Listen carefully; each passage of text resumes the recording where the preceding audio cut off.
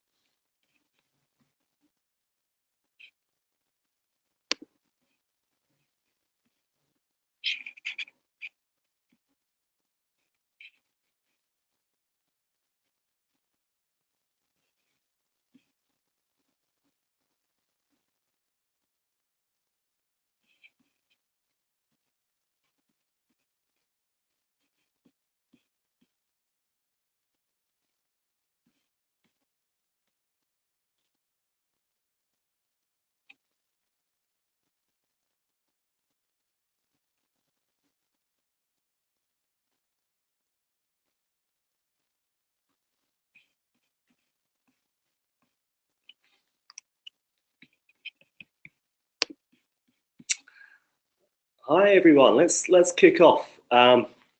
So my name's Ben, and I lead sales enablement for HubSpot out of Dublin.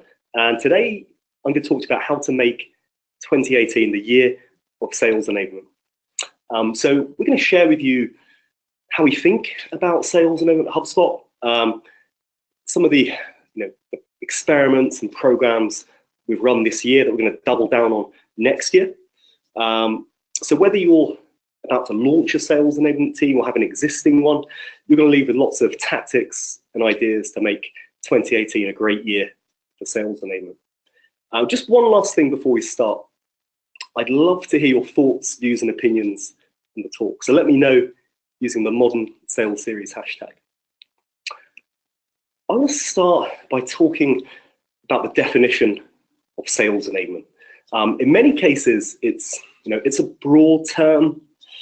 It can be poorly understood, ill-defined. So I want to start by talking about how HubSpot defines sales enablement.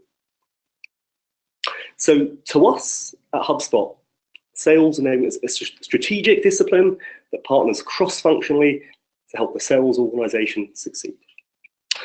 We're advocates of sales reps and enable them by providing content, deal support, training, best practices, knowledge, tools, and technology throughout the sales process. But I don't want to get hung up on definitions today. The Sales Enablement Society, of which I'm a member, they're doing some great work on the definition. They'll be announcing that, I think, later this month. But today, I want to talk to you about execution, strategy, tactics, and results. That's what matters always. So whilst definitions, I think, can broaden, expand, and develop, what needs to really be set in stone is where sales enablement in your organization fits in the funnel. So let me tell you a bit more about that. At HubSpot, we have a demand generation team, and their role is to get website traffic, which they turn into leads. We then have a lead nurturing and automation team, and their role is to turn those leads into marketing qualified leads and eventually sales qualified leads, SQLs. Once that happens, that's when sales and HubSpot gets involved. So my role is when an SQL becomes an opportunity until it becomes a customer. So whilst the definition may evolve and change over time, I think where sales enablement in the funnel needs to be really set in stone, really well defined. At this point, I think it's also worth talking about that sales enablement at HubSpot is part of the marketing team. This is pretty unusual. I speak with many sales and professionals, and they find it strange that we do this, but really, I think it's a moot point. I don't really think it matters what team sales enablement is part of and who they report into. It's much more impactful if they share goals with sales, communicate frequently, and aligned. That's what really matters. So there's a plethora of goals that sales enablement can track, and I'll go into more detail later. But the three goals I measure by a HubSpot. The first one, and most importantly, is quota attainment. So I have a number, and it's the same one as the sales floor, and I need to ensure our sales reps hit that each and every month. I also carry a revenue goal. So I provide on-demand deal support, and I'll go into more detail about that later. But associated with that activity, I carry a revenue goal. And thirdly, I also send out a sales enablement net promoter score survey at the beginning of each month. And this basically says, how did we do last month?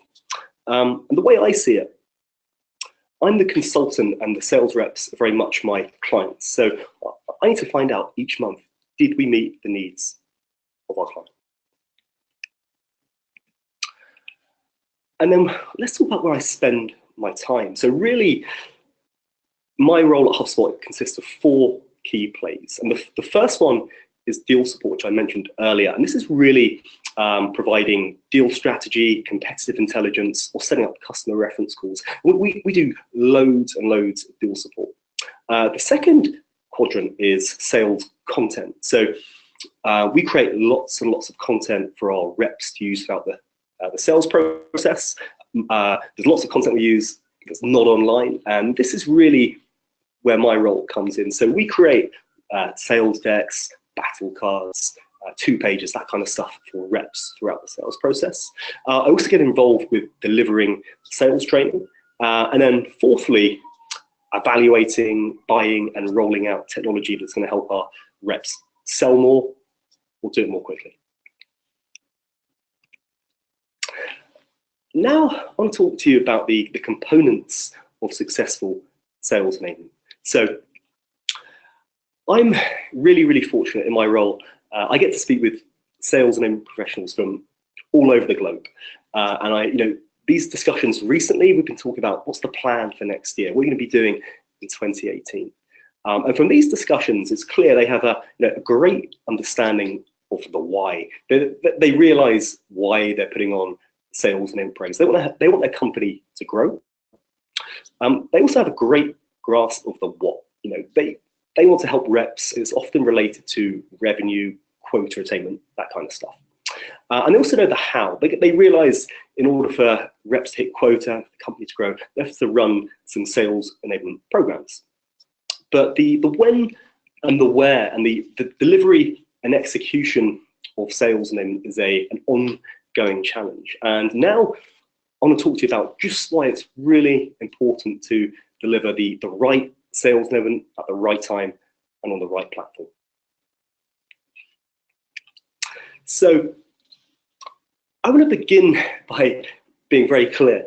Without the right program delivery for your sales enablement, it's going to fail. So it's no use having the best content, tactics, strategy over here if your sales reps are over here. We need to deliver it to them. Without that, your program will fail. So people's expectations have changed, businesses have changed, but in many instances, how we deliver sales and programs has not changed. And so we see this every day in our personal lives. Just think about how you want to interact with products and services, look for information. It's radically changed in the last decade. And the way we provide sales enablement in most cases has not changed. So let me give you some more concrete examples of what I'm getting at here. So if you're out and you want to go home, you're going to open your smartphone, you're going to look for your Uber, Lyft, Halo app, you're going to Halo a ride home. The real value here is that this service is available on demand. People expect it to be immediately available. Secondly, maybe if you're staying in after your night out, you want to stay in and watch TV, and you're going to open up Netflix, and that's going to be, the real value here. It's available across any platform. You can, watch on your desktop, laptop, tablet. The real value here is the service is available across any device. And then the third example I'll give you is, say you're commuting to work and you're listening to Spotify, you're going to get these personalized music recommendations of new bands. And the real value here is you're going to get these personalized recommendations that are really tailored to your needs. And that's really, really valuable. So to meet the needs and expectations of today's sales reps, we must deliver a great experience. And that means on-demand, personalized, and any device. And I see this as a call to arms, really. It's a huge opportunity for the sales and industry to evolve. So the needs and expectations have moved on, but in many cases, sales enablement program delivery has not. So it's a great opportunity for us to grow up and evolve. So let me speak to you in a little bit more detail about why delivery really matters. So if you provide sales enablement that's available on demand, any device, and personalized, you're going to create this flywheel effect. It's going to create a flywheel of growth. So if you provide sales enablement that's available on demand, any device, and personalized, provide those things individually is good, but when you provide them together, that's really when the magic happens. So let me give you some more concrete examples. If you provide sales enablement that's available on demand, you're going to increase learning opportunities for your sales reps. And if you do that, pretty soon you have more knowledgeable sales reps. And with that, their performance is going to improve, they'll win more deals, and then you're going to increase revenue. And then if you're providing this sales enablement that is personalized, you're going to provide better quality support for sales reps. And if you do that, there'll be greater participation, and then the cycle repeats itself. So great sales enablement delivery creates a flywheel of growth for your sales organization. But there's a caveat, there always is. Your sales enablement tactics, content, and program management must be great too. There's no point having, if you have poor sales enablement tactics, content, and program management, it's going to lead to poor results, always. So now I want to talk to you about some of the things we've done in 2017 at HubSpot that have worked really, really well to us, and are going to be central to what we do in 2018. So first up, we've doubled down on deal support. So this is the on-demand support that is available for sales reps to help them close more deals. And just to take a step back, to give you some idea of why we provide this. So we spoke with sales reps, and they told us they need in-the-moment deal support. Waiting to the end of the month when an opportunity is close lost is too late. So they need this in-the-moment support that's going to help them close the deal. So we took that insight and we rolled out this deal support program. So it's on-demand, one-to-one support to help reps close. It consists of competitive intelligence. So a rep can book time with me, and we provide this on demand. We go and whiteboard out, who are we competing against? What are they saying? How are we going to win this? We set up hundreds of customer reference calls, and this is putting a happy, successful customer in touch with a prospect from a similar industry or someone who's overcome a similar marketing challenge. And then thirdly, we provide deal strategy. And this is really, planning how we're going to win the deal. And just to give you more detail on how deal support works at HubSpot, we provide customer reference calls once the demo has taken place. So we need the prospect to be really invested in the process and ready to make a decision. And so at that point, we put the prospect in touch with our client. Whereas deal strategy and competitive intelligence are available once our connect call has taken place. And then the actual deal support workflow, it's a three-step process. We're very lucky at HubSpot. We have a fantastic wiki that's filled with great content. And in the first instance, Sales reps will go to the wiki, try and search for their answer there. If they can't find the answer, or maybe it's a more nuanced deal, if there's a grey area, they can simply complete a form or Slack me, and then they get this on-demand deal support. The best thing about deal support is that it helps win deals. So this year already, deal support has influenced over $1 million in annual recurring revenue. We've helped support over 100 deals, and the win rate of these deals is 60%. So deal support works really, really well. But, and I think this is really important, deal support is just another tool reps have available to them. It's not right for every single deal, and it's not right for every single rep, but it's something we make available, and as I say, it works really, really well when the reps leverage it correctly. The second way we equip reps for success at HubSpot is by making mobile learning a reality. So many companies talk about this, but in my experience, very few actually do it successfully. And this has been really valuable to us this year. So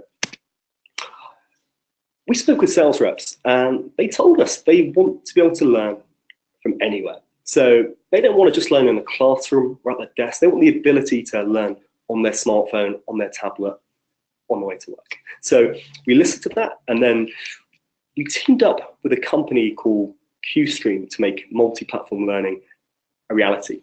And so we rolled it out globally, and it's working really well for us. To give you some more insights into how we're working with QStream, it's software that is super low calorie for sales reps. It helps reinforce what they've learned. It's 2 minutes every other day. It's multiple choice questions. So we ran a pilot focusing on competitive intelligence, and we rolled it out to our sales reps, and say it's available across any device, and it worked really, really well. So let me tell you about the results we saw.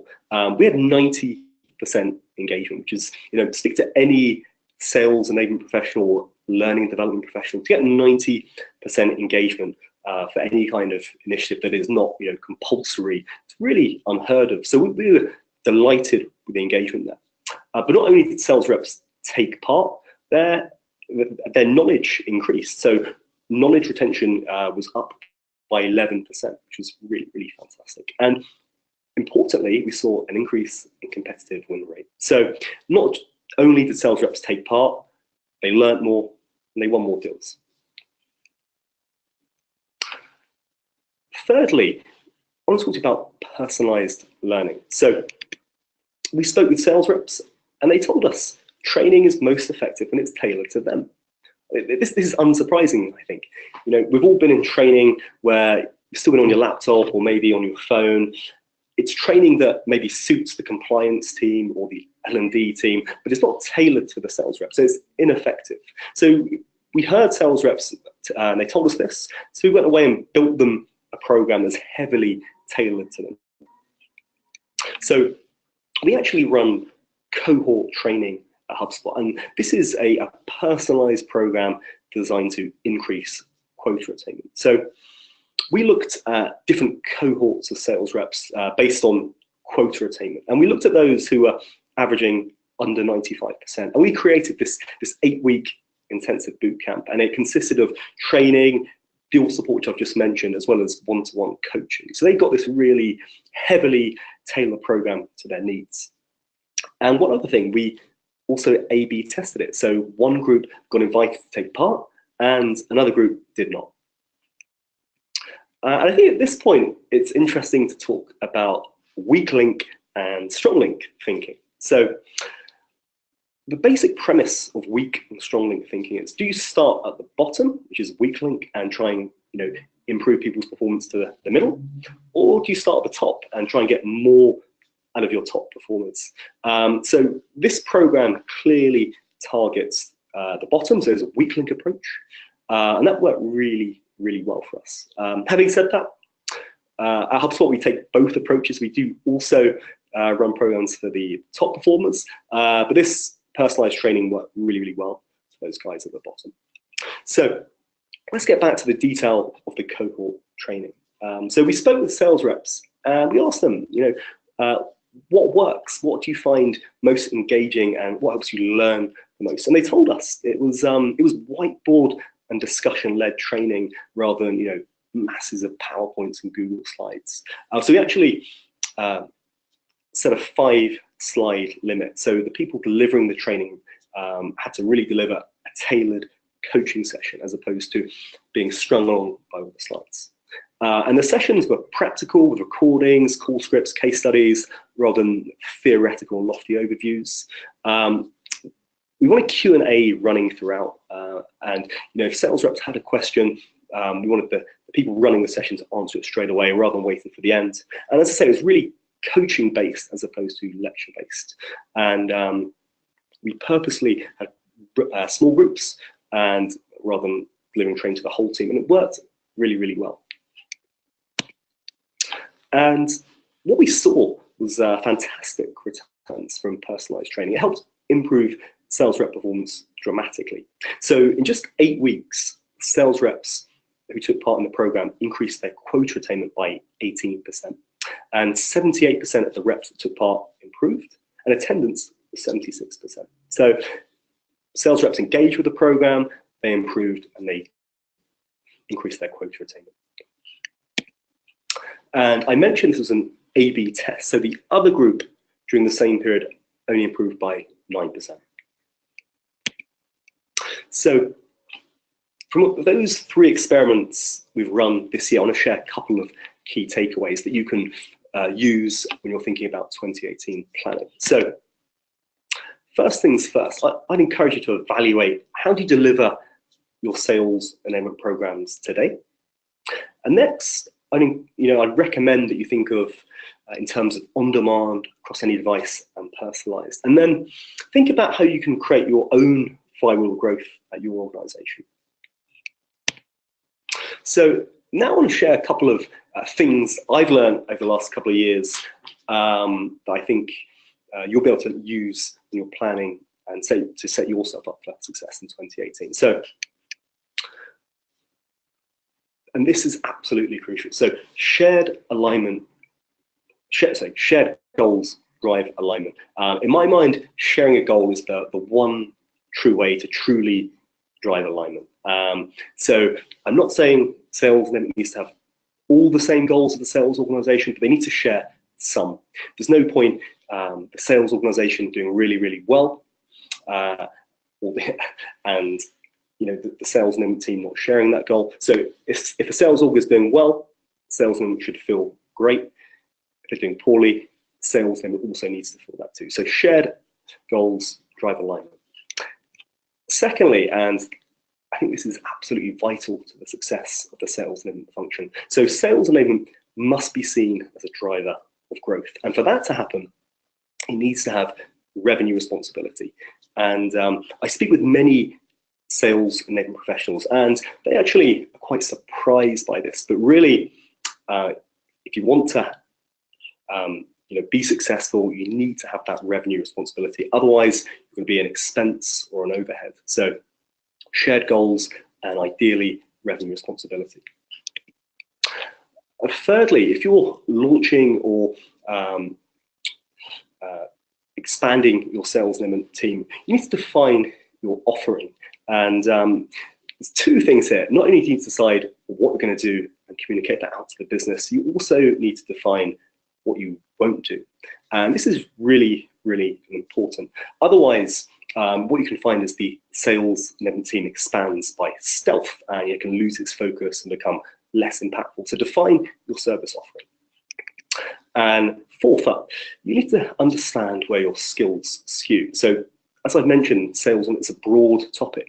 It can be poorly defined. So you need to understand where your skills skew. Is it going to be content? Is it going to be deal strategy, or is it more ops and CRM and playbooks? So understand where your skills skew, and then you're going to need to make some hires to fill in those gaps. The 5th learning is it's easier said than done, but sales enablement works best when it becomes the role of the trusted advisor. So too often, I think sales enablement can be the tactical order taker rather than the strategic advisor. So to give you an example of what that might look like, The tactical order taker, they might speak with the sales manager and say, how can I help? And the sales manager says, we need more case studies. So the tactical order taker, they go away and create some more case studies, give them back to the sales managers. The trusted strategic advisor, they'll speak with the sales manager and keep on asking why. And the sales manager may say they want more case studies, but why do you want more case studies? And pretty soon, if you keep on asking why, you'll uncover what the true challenge is. And it might be, they're having trouble in a particular market. So the trusted advisor will listen to that and then go away and build a program to overcome that challenge. So I think that's the difference between the tactical order taker and the trusted strategic advisor. Now, I'm going to talk to you about a couple of things that you can focus on building your sales enablement team for 2018. So it all starts with understanding your level of sales enablement maturity. So let me quickly talk you through this. So most sales enablement teams, when they're set up, they actually happen organically. And there's a sales team, and then somebody, whether they're in marketing, whether in sales or sales ops, they just do sales enablement stuff because it needs to be done. And they see there's a gap, and they want to help the business. So that's often how sales enablement starts. And then over time, the business realizes that this role is really valuable. We need to make it someone's full-time job. And when that happens, often they spend a lot of time communicating. They're open for business. And it's pretty tactical at this level, and that is okay. But often they're, really eager to please and take on too much work, want to do everything, and they score highly on, activity, but low on impact. So eventually, you're going to need this reset, and you're going to need to more clearly define what sales means at your organization, and ultimately, you're going to become more strategic. And then there's this fifth section, which is the best in class. And I think that's a discussion we're having within the sales and society about what that means. But really, we see these as the 5 steps. And when you're launching your programs, you need to understand whereabouts your business is currently. Second step is defining your sales enablement goals. And to me, great sales enablement goals, they're smart, they're shared with the sales organization, and they include revenue responsibility. And I won't go through all these metrics, but there's a bunch of great metrics out there that you can use to track the impact of your work. You obviously make sure they're aligned with your strategy and goals, but there's great metrics out there, and you need to, I'd say, identify 3 or 4 and focus on them for the year. And then you need to work out what your plays are going to be. At HubSpot, we do 4 of these, but really, you might skew towards sales training, sales ops, or playbooks, technology, content, or deal support. So you need to work out which plays you have the people to make those a reality, and what's going to deliver the most value to your sales organization. And you're also going to need some kind of tool to prioritize. And it doesn't necessarily need to be this matrix. This is what we use at HubSpot. And really, we take on projects that are either high impact with a high number of sales reps, or projects that are high impact that influence a low number of sales reps. Everything else we say no to. And in truth, we get lots of requests that are low impact for a high number of sales reps. So we really want to stay away from those. That's how the role expands by stealth and take your eye off the key goals. So have a tool to prioritize.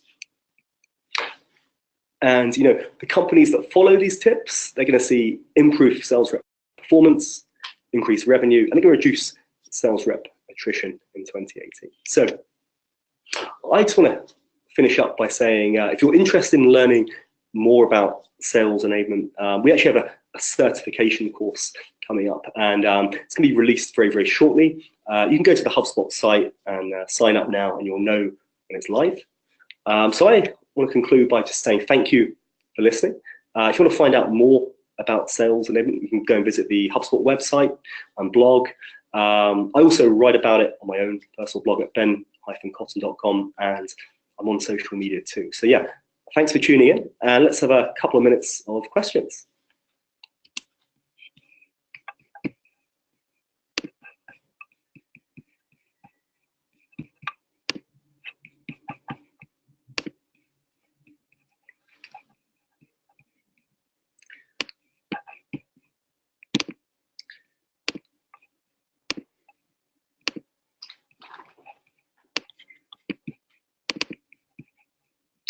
Okay, just bear with me for a moment.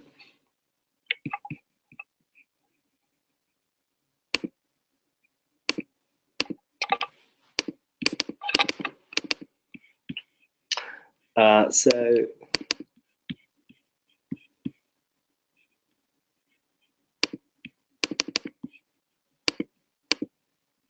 I'm just trying to open some questions here, bear with me.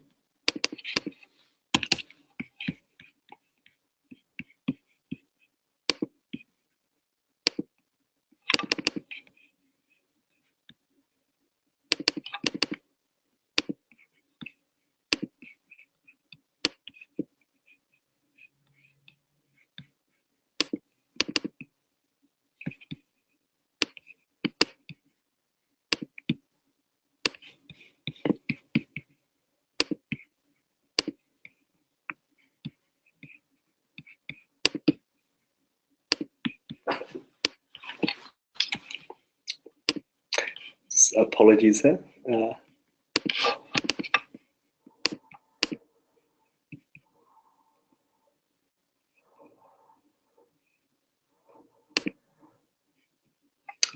So yeah, I'm just trying to find these questions.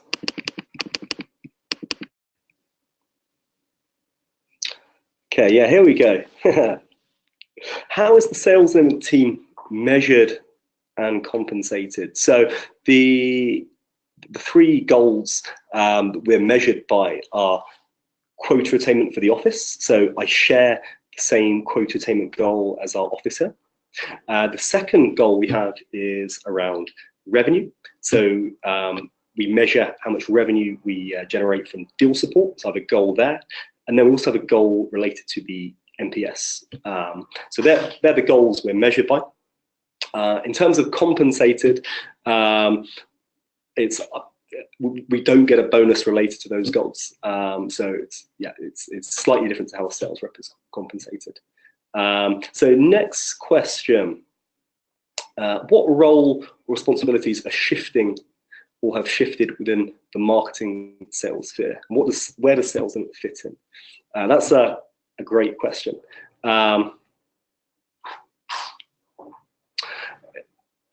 As I say, I think at HubSpot we see sales enablement as part of marketing.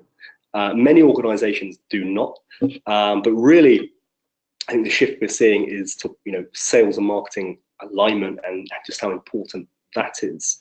And it doesn't really matter where sales fits in a organizational structure. It's all about, are you aligned with sales? Do you share goals with sales? Do you communicate frequently? I think that's what's most important.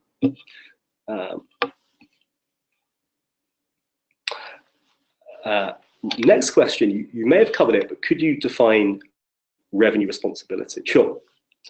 Very clearly, we provide deal support. So this is deal strategy, competitive intelligence, and customer reference calls.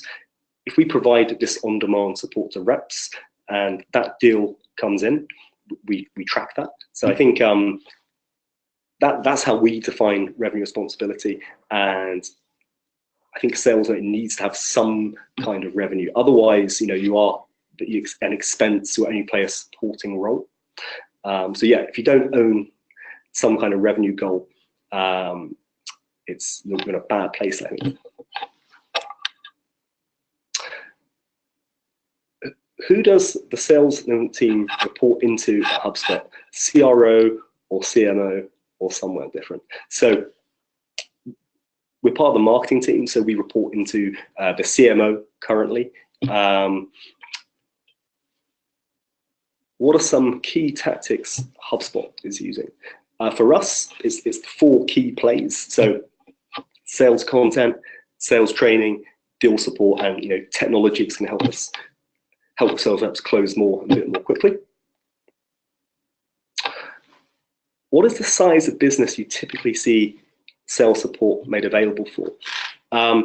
We provide it to any rep on any deal. So if it came to it, we would certainly prioritize, but based on the potential revenue of the deal.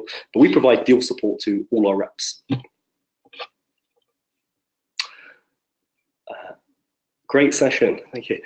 I was curious where the job of content development for sales enablement falls within HubSpot. Are you doing more creating or curating?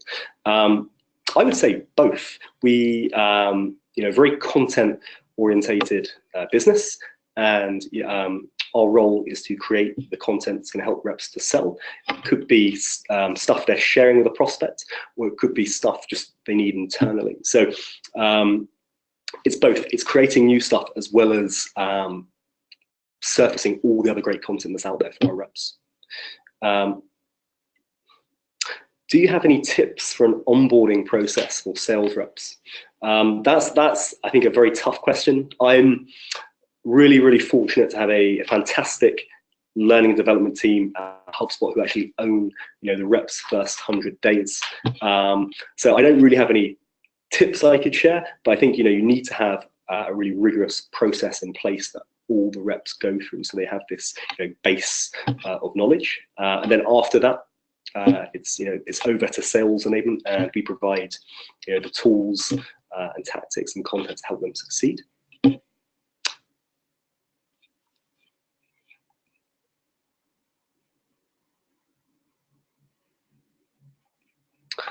How does or will HubSpot handle the upcoming data protection directive within the EU, which will apply in the whole?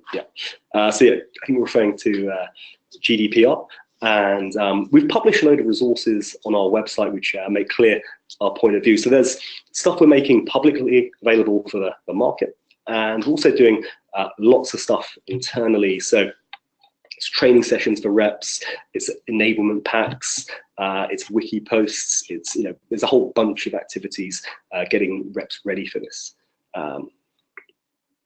Next question: for external reseller sales enablement services where the competition is numerous and tough, commodity-like, what's the most effective competitive focus to gaining loyalty? That is a great question.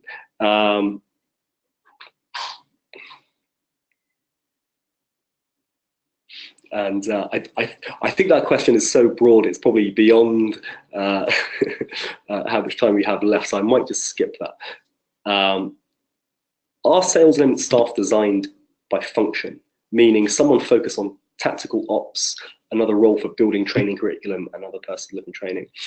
That is a good question. We think about it a lot, and really we hire for a mix of skills. So my background, I'm a marketer. I would skew more towards the sales and content and training side of things, as opposed to the kind of ops and CRM. But really, I think you need to hire for all. And it's, you won't find someone that can do the whole breadth of sales in one person, I don't think. What's one key message to train sales reps on following up on MQLs? For us, the message is speed, and there's a bunch of external research, and it's proven true internally. Sales reps need to follow up really quickly with an MQL. That's really the most important thing. If they do it under 5 minutes, there's a really high chance of it converting. Next question. Do you use trainers? If so, what are they doing? We have an internal team. They're very talented. They run lots of our kind of onboarding and that kind of stuff. And then, where possible, we leverage subject matter experts as well. So it should be a nice blend of our learning development team plus these experts who really know their field. Which tools do you use to help reps get access to material? Only wikis? Which tool specifically? As I mentioned, we have a wiki that's full of fantastic resources. So reps go there. We also use our own tools as well. And there's a bunch of tools within HubSpot that can help reps upload documents to and that kind of stuff. So it's a mix of kind of our wiki plus our own tools. When will the sales enablement certification course become available? I don't have an exact date. Soon. I think they're making a few tweaks. They want to be absolutely perfect before they release it. Okay, so yeah, I think that is the last of our questions. So we can wrap things up a little bit earlier. So yeah, I want to thank you all for tuning in today, and let me know if you have any further questions. We can take it up offline. But yeah, thanks a lot, guys. Bye.